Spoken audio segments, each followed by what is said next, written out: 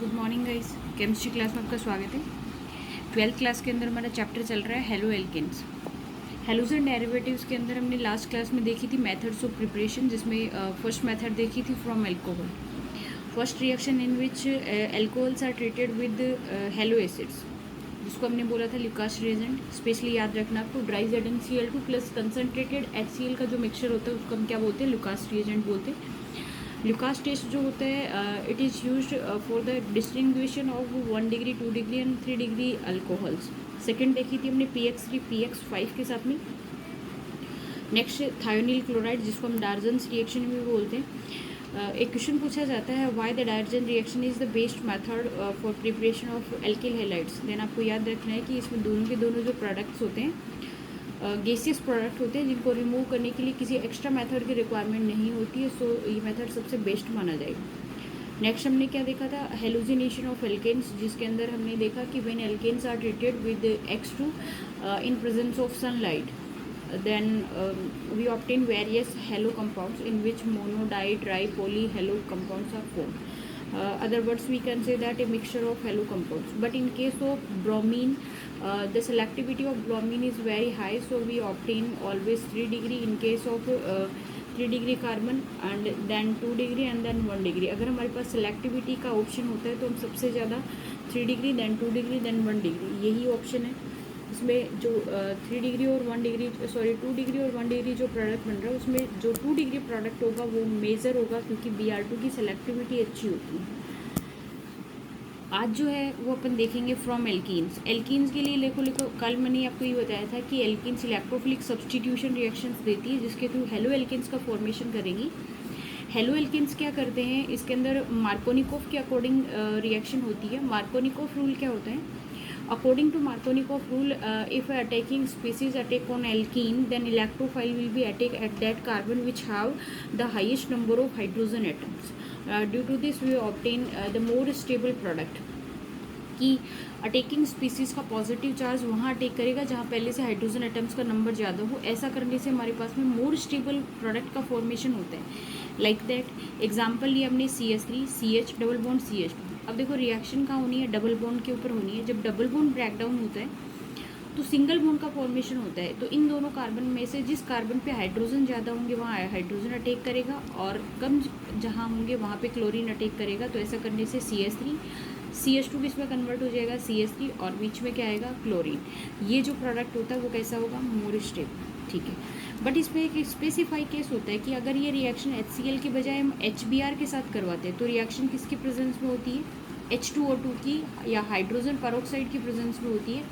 और hydrogen peroxide की presence में रिएक्शन होने से क्या होती है, रिएक्शन एंटी मार्कोनिकॉफ रूल से होती है ना, एंटी मार्कोनिकॉफ रूल से होती है, जिसको हम बोलते हैं एंटी मार्कोनिकॉफ रूल, या फिर उसको पेरोक्साइड इफेक्ट या खैरास इफेक्ट भी बोलते हैं। ठीक है ना, पेरोक्साइड इफेक्ट या खैरास इफेक्ट बोलते हैं। खैरास इफेक्ट में क्या होगा, हमारे पास है CH3 CH2 CH double bond CH2, reaction यहाँ होनी है। अगर H2O2 नहीं होता तो रिएक्शन में क्या होता, H कहाँ अटैक कर देता, CH2 पे, और Br कहाँ पे, ये तो सेकेंडरी प्रोडक्ट बन जाता है। लेकिन अभी क्या हो रहा है, अभी की रिएक्शन के अंदर क्या होगा, CH3 CH2 और Br कहाँ जुड़ेगा, CH2 पे, और CH पे क्या जुड़ेगा, H, क्योंकि एंटी मार्कोनिकॉफ रूल के अकॉर्डिंग हाइड्रोजन कहाँ अटैक करेगा, वहाँ पे जहाँ पे हाइड्रोजन्स का नंबर क्या हो, कम हो। ठीक है, तो ये हो गया CH3 CH2 CH2 Br। ठीक है, अगर मॉलिक्यूल ही Br2 लिया तो उसमें मार्कोनी एंटी मार्कोनी कोई रूल नहीं है, क्योंकि दोनों ही मॉलिक्यूल जब भी अटैक करेंगे दोनों की कंडीशन में क्या होगा, सेम प्रोडक्ट का फॉर्मेशन होगा। ठीक है, तो ये किससे था, एल्कीन से फॉर्मेशन करना था हमको। एल्कीन से फॉर्मेशन के बाद में हमारे पास जो नेक्स्ट मेथड आती है वो क्या आएगी, हेलोजन एक्सचेंज आती है ना, हेलोजन एक्सचेंज आती है। हेलोजन एक्सचेंज के अंदर देखो नेक्स्ट जो मेथड आती है वो कौन सी आती है, हेलोजन एक्सचेंज। देखो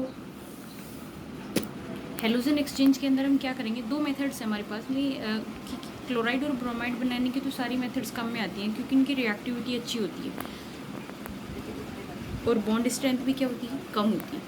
लेकिन आयोडाइड जो कंपाउंड होता है वो मोर स्टेबल होता है इसलिए, और फ्लोराइड होता है वो मोर एक्सप्लोसिव होता है, इसलिए उनको प्रिपेयर नहीं कर सकते। उनके लिए अपन क्या करते हैं, कुछ स्पेसिफिक मेथड्स को यूज़ करते हैं। स्पेसिफिक मेथड्स के लिए क्या करते हैं हेलोजन एक्सचेंज के अंदर, इफ़ द RX कंपाउंड, कौन से क्लोराइड या ब्रोमाइड कोई से भी कंपाउंड हो, उनको अगर हम ट्रीट करवाएं सोडियम आयोडाइड के साथ in presence of acetone, if alkyl halides are treated with sodium iodide in presence of acetone they form alkyl iodide. ये जो मेथड होती है स्पेशली यूज़ होती है किसके लिए, आयोडाइड फॉर्मेशन के लिए यूज़ होती है। सोडियम आयोडाइड के साथ उसकी रिएक्शन करवाते हैं और क्या होगी, सोडियम आयोडाइड के साथ रिएक्शन करवाएंगे तो स्पेशली यूज़ होती है एल्किल आयोडाइड फॉर्मेशन के लिए। तो देखो याद किसे करनी है, एल्किल हैलाइड, अगर उसको रिएक्शन सोडियम आयोडाइड के साथ करवा रहे हो, NaI के साथ करवा रहे हो, तो इस रिएक्शन को हम बोलते हैं फिंकेलस्टाइन रिएक्शन, फिंकेलस्टाइन रिएक्शन, ठीक है ना। फिंकेलस्टाइन रिएक्शन में रिएक्शन होती है सोडियम आयोडाइड के साथ में, ठीक है। दूसरी कंडीशन किसके लिए है, आयोडाइड है ना, तो सिर्फ ये पूछी जाती है give the suitable reaction for alkyl iodide formation, कि वो रिएक्शन दो जो एल्किल आयोडाइड के फॉर्मेशन के लिए रिएक्शन होती है ना। दूसरी रिएक्शन देखो हमारे पास फ्लोराइड फॉर्मेशन के कोई रिएक्शन नहीं आई है, तो सिंगल रिएक्शन जिसके अंदर आप क्या करते हैं कि एल्किल जो हैलाइड होते हैं, एल्किल हैलाइड होते हैं, उनकी रिएक्शन कोई भी ट्रांजिशन मेटल के साथ करवाते हैं, जैसे AgF हो गया, Hg2F2 हो गया, SbF5 हो गया, इनके साथ जब रिएक्शन करवाते हैं तो क्या बनेगा, एल्किल फ्लोराइड बनेगा। तो single reaction which is used for the fluoride formation, alkyl fluoride formation. तो एल्काइल फ्लोराइड के फॉर्मेशन के लिए जो मेथड आती है उसको तो हम बोलते हैं स्वार्ट्स रिएक्शन, और आयोडाइड फॉर्मेशन के लिए जो रिएक्शन आती है वो क्या आती है, फिंकेलस्टाइन रिएक्शन। इसमें सिर्फ क्या होता है, हेलोजन का एक्सचेंज होता है, X की जगह पे I है, I की जगह पे क्या आया, X आया। ठीक इसी तरीके से इसमें Br की जगह F है और F की जगह पे क्या आ गया, Br आ गया। तो ये रिएक्शन किसके लिए हो गई, हेलोजन एक्सचेंज हो गया। और हेलोजन एक्सचेंज के अंदर हमारे पास एक रिएक्शन स्पेसिफाई हो गई है bromide formation, sorry iodide formation के लिए, और दूसरी रिएक्शन स्पेसिफाई हुई है किसके लिए, फ्लोराइड फॉर्मेशन के लिए। तो जो फ्लोराइड की रिएक्शन है उसको नाम दिया मैंने स्वार्ट्स रिएक्शन, और जो आयोडाइड के लिए है उसको हम बोलते हैं फिंकेलस्टाइन रिएक्शन। दोनों ही याद रखना, बहुत इंपॉर्टेंट टर्म है। इसके बाद में देखो एरोमेटिक जो एल्किल हैलाइड्स होते हैं, एरोमेटिक हैलाइड्स होते हैं, उनके प्रिपरेशन के लिए भी हमारे पास दो मेथड्स होती हैं। देखो फर्स्ट रिएक्शन है फ्रॉम इलेक्ट्रोफिलिक सब्सटीट्यूशन रिएक्शन। देखो एरोमेटिक कंपाउंड्स का कैरेक्टरिस्टिक फीचर होता है इलेक्ट्रोफिलिक सब्सटीट्यूशन रिएक्शन देना। तो या तो आप बेंजीन की रिएक्शन करवा दो या फिर सब्सटीट्यूटेड बेंजीन की रिएक्शन करवाओ। तो इन केस ऑफ बेंजीन और substituted benzene, if they are treated with chlorine, bromine, iodine etcetera in presence of any Lewis acid, Lewis acid means respective ferric salt of that halide, है ना, ferric halide, then at ortho and para position electrophilic substitution reaction takes place and we obtain the halo compounds। कि जब benzene को या substituted benzene को reaction करवाओगे, जैसे Cl2 लिया तो FeCl3, Br2 लिया तो FeBr3, आयोडीन लिया तो FeI3, इसका फेरिक सॉल्ट लेते हैं जो लेविस एसिड होगा उसके साथ रिएक्शन करवाने पर हेलोजिनेशन रिएक्शन होती है। और होती किससे है, इलेक्ट्रोफिलिक सब्सटीट्यूशन मेथड से होती है। तो इलेक्ट्रोफिलिक सब्सटीट्यूशन मेथड से रिएक्शन होने पर हमारे पास क्या बनती है, ऑर्थो या पैरा सब्सटीट्यूटेड प्रोडक्ट बनता है ना, ऑर्थो या पैरा सब्सटीट्यूटेड प्रोडक्ट बनता है जिससे हमारे पास मिलेगा हेलो एरिन्स का फॉर्मेशन होगा। ठीक है, अगर यहाँ पे सब्सटीट्यूटेड बेंजीन नहीं होती है, सब्सटीट्यूटेड बेंजीन नहीं होगा तो उस कंडीशन में कोई भी पोजीशन के ऊपर क्या बन जाएगा, हेलो कंपाउंड बन जाएगा जिसको अपन बोलते हैं हेलो एरिन। ठीक है, अब देखो नेक्स्ट जो मेथड आती है एल्काइल फॉर्मेशन की, नेक्स्ट जो मेथड आती है वो आती है फ्रॉम अमाइंस। कि अमाइंस से हम किस तरीके से प्रिपेयर करेंगे, तो अमाइंस की जो रिएक्शन आती है उस रिएक्शन के अंदर हम पढ़ रहे हैं सैंडमेयर्स रिएक्शन। देखो सैंडमेयर्स रिएक्शन जो है वो हमने जब अमाइंस पढ़ा था तो एरोमेटिक अमाइंस के अंदर सैंडमेयर रिएक्शन आई थी। सैंडमेयर रिएक्शन के अंदर क्या करते हैं, प्राइमरी अमाइंस, और प्राइमरी अमाइंस कौन से, एरोमेटिक अमाइन, जिसको आप क्या बोलते हो, एनिलीन बोलते हो। तो एनिलीन है, when aniline is treated with sodium nitrite and in presence of HCl, जिसको क्या बोलते हैं, नाइट्रस एसिड बोल सकते हो आप। तो नाइट्रस एसिड की प्रेजेंस में रिएक्शन करवाते हैं। नाइट्रस एसिड की प्रेजेंस में रिएक्शन करवाने पर क्या होगा, नाइट्रस एसिड की प्रेजेंस में रिएक्शन करवाने पर डाइएजोनियम सॉल्ट का फॉर्मेशन होता है। ठीक है ना, डाइएजोनियम सॉल्ट का फॉर्मेशन होगा। यहाँ पे डाइएजोनियम सॉल्ट क्या होता है, एक तरह का इंटरमीडिएट होता है, ठीक है ना, एक तरह का इंटरमीडिएट होता है। और इस इंटरमीडिएट को अगर आप फर्दर रिएक्शन करवाओगे किसके साथ में, किसी भी हैलाइड के साथ में, देन ये क्या बनता है, रेस्पेक्टिव हेलोजन कंपाउंड के अंदर कन्वर्ट हो जाएगा। देन डाइजोनियम सॉल्ट जो होगा उसको हम फर्दर रिएक्शन करवाएंगे। तो देखो इसमें सैंडवेयर रिएक्शन में क्या होता है, नाइट्रस एसिड के साथ रिएक्शन होता है। नाइट्रस एसिड स्टेबल नहीं होता है, इसलिए इसको फ्रेशली प्रिपेयर करा जाता है। और प्रिपेयर करने के लिए हम NaNO2 प्लस HCl का मिक्सचर डालते हैं। NaCl सॉल्ट जमा हो जाता है और HNO2 बचता है। डाइएजोनियम सॉल्ट को आगे फर्दर रिएक्शन करवाएंगे। अगर हमको ब्रोमीन चाहिए तो HBr के साथ रिएक्शन करवाएंगे CuBr2 के प्रेजेंस में, देन ब्रोमोबेंजीन मिल जाएगा। अगर हमको क्लोरीन चाहिए तो HCl के साथ रिएक्शन करवाएंगे और CuCl2 के प्रेजेंस में, देन क्लोरोबेंजीन मिलेगा। अगर हमको आयोडो चाहिए तो Ki के प्रेजेंस में रिएक्शन करवाने पर उसको हीट करते हैं तो हमारे पास क्या मिलती है, आयोडोबेंजीन मिलती है। तो जो एरोमेटिक हैलाइड है या एराइल हैलाइड है उनको प्रिपेयर करने की जो मेथड है बेस्ट, वो है सैंडवेयर मेथड। और दूसरी मेथड कौन सी पढ़ी हमने, इलेक्ट्रोफिलिक सब्सटीट्यूशन रिएक्शन पढ़ी है, जिसमें बेंजीन हो सकता है या फिर सब्सटीट्यूटेड बेंजीन, जिसको आप क्या बोल सकते हो, एरिन बोल सकते हो, ठीक है ना। बेंजीन या एरिन दोनों में से किसी के साथ करवा सकते हैं। एक देखो ये जो सैंडवेयर रिएक्शन है उसके साथ भी जस्ट एक रिएक्शन हो रही थी, गाटरमान रिएक्शन। तो गाटरमान रिएक्शन में हमने क्या लिया था, सिर्फ कॉपर लिया था। यहाँ पे जैसे CuBr2 CuCl2 इस तरीके से नहीं, सिर्फ कॉपर मेटल की प्रेजेंस में होती है। देन उस रिएक्शन को आप क्या बोल देते हो, गाटरमान रिएक्शन बोल देते हो, ठीक है ना। और क्यूप्रिक आयन की प्रेजेंस में हो रही है, देन उसको आप क्या बोलोगे, सैंडवेयर रिएक्शन बोलते हैं, ठीक है। आगे देखो नेक्स्ट आती हैं फिजिकल प्रॉपर्टीज़।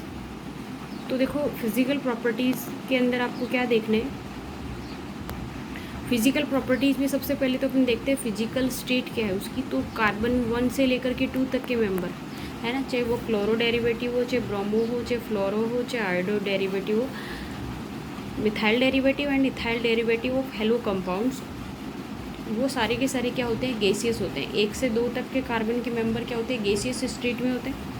C13 से C12 तक एवरेज बोल रही हूँ मैं, ये C12-13 तक के जो मेंबर होते हैं वो किस में होते हैं, लिक्विड होते हैं, डेंस लिक्विड होते हैं, काफ़ी गाढ़े लिक्विड होते हैं। और हायर जो होते हैं वो किस में होते हैं, सॉलिड स्टेट के अंदर प्रेजेंट होते हैं। तो initially they are present in gaseous state till C1 C2, then C3 से लेकर के C12 तक लिक्विड है। और हायर मेंबर्स किस में आ गए, सॉलिड स्टेट के अंदर आते हैं। एक ये देखो डेंसिटी डायरेक्टली प्रोपोर्शनल है मोलिकुलर मास की, कि मोलिकुलर मास बढ़ेगा तो यूनिट वॉल्यूम के अंदर, है ना, मोलिकुलर मास बढ़ेगा तो यूनिट वॉल्यूम के अंदर नंबर ऑफ पार्टिकल्स क्या होते हैं, इंक्रीज होते हैं। और the number of particles in unit volume that is known as density. तो डेंसिटी मोलिकुलर मास इंक्रीज होने पर इंक्रीज होती है। तो कंपाउंड्स की अगर हम बात करेंगे तो सेम कार्बन कंटेनिंग कंपाउंड के अंदर अगर मोलिकुलर वेट बढ़ता है तो डेंसिटी बढ़ती है ना। तो यहाँ पे क्या है, CH3F है, CH3Cl है, CH3Br है, CH3I है। तो इनके अंदर CH3 जो है वो तो सबके अंदर क्या हो गया, कॉमन हो गया, है ना। और ये क्या हो गया, FCl Br I, है ना। तो ये क्या रहेंगे, जैसे जैसे इनका मॉलिक्यूलर वेट इंक्रीज होता जाएगा, मॉलिक्यूलर वेट इंक्रीज होने के साथ में इनकी डेंसिटी भी क्या हो जाएगी, इंक्रीज हो जाएगी। नेक्स्ट देखो, अगर हमारे पास में हेलोजन एटम जो है ना, यहाँ तो क्या था, एल्काइल ग्रुप कांस्टेंट था और हेलोजन को हमने चेंज करके देखा है। और यहाँ पे क्या होगा, अगर हमारे पास में हेलोजन एटम तो सेम रहे और एल्काइल ग्रुप चेंज हो, देन क्या होगा, कार्बन चेन इंक्रीज होने पर, कार्बन 1 की 2 की 3 4 इस तरीके से कार्बन चेन अगर इंक्रीज होती है तो कार्बन चेन का साइज इंक्रीज होने के साथ में डेंसिटी क्या होगी, इंक्रीज होती है। इसके साथ में देखो डेंसिटी में एक वेरिएशन और आता है, वो क्या है, डेंसिटी का दूसरा जो वेरिएशन है वो क्या है कि डेंसिटी जो होगी वो जैसे जो फ्लोरोक्लोरो कंपाउंड्स हैं उनकी डेंसिटी तो होती है कम, है ना, उनके वो तो क्या होते हैं, लाइट होते हैं, वेट में लाइट होते हैं, जैसे वाटर से लाइट होते हैं, इसलिए वाटर के ऊपर की तरफ लेयर बनाते हैं। जबकि ब्रोमो और आयोडो जो कंपाउंड्स होते हैं उनकी क्या होती है, डेंसिटी हाई होती है, इसलिए वो वाटर के ऊपर लेयर नहीं बनाते, वो सिर्फ क्या हो जाते हैं, उनके अंदर नीचे की तरफ बॉटम के अंदर कलेक्ट हो जाते हैं। नेक्स्ट देखो बॉइलिंग पॉइंट है, बॉइलिंग पॉइंट के अंदर हम क्या करते हैं, बॉइलिंग पॉइंट जो होता है वो डायरेक्टली प्रोपोर्शनल होता है मॉलिक्यूलर मास के, या फिर बोल सकते हो सरफेस एरिया की। मॉलिक्यूल जितना बड़ा होगा उसको ब्रेक डाउन करने के लिए उतना ही टेम्परेचर रिक्वायर्ड होगा। तो मॉलिक्यूलर वेट के साथ इंक्रीज होगा बॉइलिंग पॉइंट, उसी के साथ में अगर सरफेस एरिया इंक्रीज होता है तो सरफेस एरिया इंक्रीज होने के साथ में बॉइलिंग पॉइंट क्या होता है, इंक्रीज होगा। दूसरा रिलेशन है boiling point proportional to 1/, side chain. Side chain का मतलब ये होगा कि अगर साइड चेन बढ़ेगी तो सरफेस एरिया कम होगा, ठीक है। साइड चेन इंक्रीज होने से सरफेस एरिया कम होगा तो क्या होगा, बॉइलिंग पॉइंट गिर जाएगा। जिसे अपन ने एक एग्जांपल लिया है, यहाँ पे 4 कार्बन की चेन है, स्ट्रेट है, 4 कार्बन की चेन है जिसके अंदर एक ही ब्रांच है, और यहाँ पे ब्रांच कितनी है, 2। तो सबसे ज़्यादा अगर अपन देखेंगे तो इसके अंदर सरफेस एरिया सबसे कम है, उसके बाद में सरफेस एरिया इसमें थोड़ा ज़्यादा है, और सबसे ज़्यादा सरफेस एरिया किस में है, इसके अंदर प्रेजेंट है। तो सरफेस एरिया जिसका ज़्यादा होगा उसका बॉइलिंग पॉइंट ज़्यादा होगा, और जिसका कम होगा उसका कम होगा, ठीक है। नेक्स्ट देखो, नेक्स्ट क्या होती है, सोल्यूबिलिटी। सबसे स्टार्टिंग के अंदर ही जो मैंने CX बॉन्ड की नेचर बताई थी, तो उसके अंदर मैंने आपको ये बताया था कि CX जो कंपाउंड होते हैं, हेलो कंपाउंड जो होते हैं, उनके अंदर क्या होती है, पोलरिटी तो प्रेजेंट होती है। कार्बन और हेलोजन का बॉन्ड ब्रेक डाउन होते टाइम हमारे पास प्लस माइनस का तो फॉर्मेशन होता है, लेकिन due to strength of CX bond, इसकी स्ट्रेंथ अच्छी होने की वजह से ये कंपाउंड्स कभी भी they never form intermolecular H bonding, कभी भी वो इंटरमोलिक्यूलर H बॉन्डिंग का फॉर्मेशन नहीं करते। इसलिए क्या होगा, they are insoluble in water, है ना। इनसोल्यूबल इन वाटर का एक ही रीज़न होता है, due to strength of CX bond. CX bond की स्ट्रेंथ की वजह से वो सोल्यूबल नहीं रहते। नेक्स्ट आती है केमिकल प्रॉपर्टीज़। तो देखो केमिकल प्रॉपर्टीज़ के लिए अपन को ये देखना पड़ेगा कि केमिकल प्रॉपर्टीज़ के अंदर एल्किल हैलाइड कंपाउंड्स के अंदर CX बॉन्ड डिसोशिएट होना चाहिए, कार्बन और हेलोजन के बीच का बॉन्ड डिसोशिएट होना चाहिए, और कार्बन और हेलोजन के बीच का जब बॉन्ड डिसोशिएट होगा तो कार्बन के ऊपर पार्शियली कैसा, पॉजिटिव चार्ज, और हेलोजन के ऊपर पार्शियली कैसा आता है, नेगेटिव चार्ज आता है ना।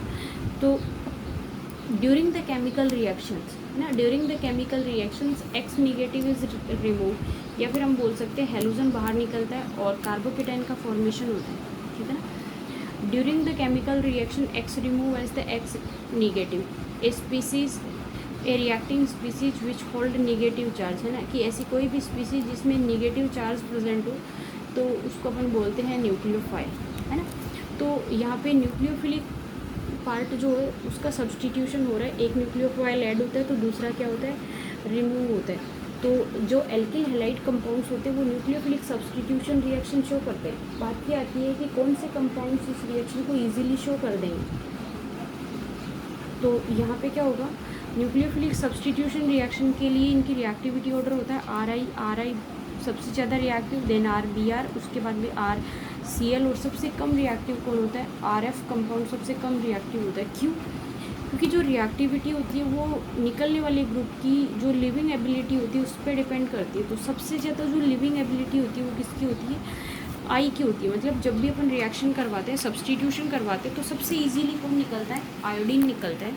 तो जितना जल्दी रिप्लेसमेंट हो जाएगा रिएक्शन उतनी फास्टली होगी। तो आयोडीन सबसे ज़्यादा लिविंग एबिलिटी आयोडीन की, आयोडीन के बाद में किसकी, ब्रोमीन की, उसके बाद में किसकी होती है, क्लोरीन, और उसके बाद में किसकी होती है, फ्लोरीन। इसलिए इनका reactivity order towards the nucleophilic substitution reaction is iodine, then bromine, then chlorine respective alkyl halides के बाद चल रही है, ठीक है। उसके बाद में देखो हम पढ़ रहे हैं SN रिएक्शंस। तो SN रिएक्शन में हमने लिखा है in nucleophilic substitution reaction carbocation is form with a suitable, which is suitable for the attack of nucleophile। ये विद नहीं है, विच है, ठीक है ना, विच WICH जो भी है आप लिख लेना इसको, which is suitable for the attack of nucleophile. Reactivity of RX compounds depends on the strength of leaving group, और जो हम पहले ही देख चुके हैं लिविंग ग्रुप की स्ट्रेंथ क्या है, सबसे ज़्यादा आयोडीन की, उसके बाद में क्या होगी, ब्रोमीन की, उसके बाद में क्लोरीन की, और सबसे कम किसकी होगी, फ्लोरीन की होगी। वैसे ओवरऑल अगर आपसे रिएक्टिविटी पूछी जाए न्यूक्लियोफिलिक सब्सटीट्यूशन रिएक्शन के लिए तो कार्बोकेटाइन ऑर्डर पे डिपेंड कर रही है, जो किसमें होगी, 3 डिग्री, 2 डिग्री, 1 डिग्री।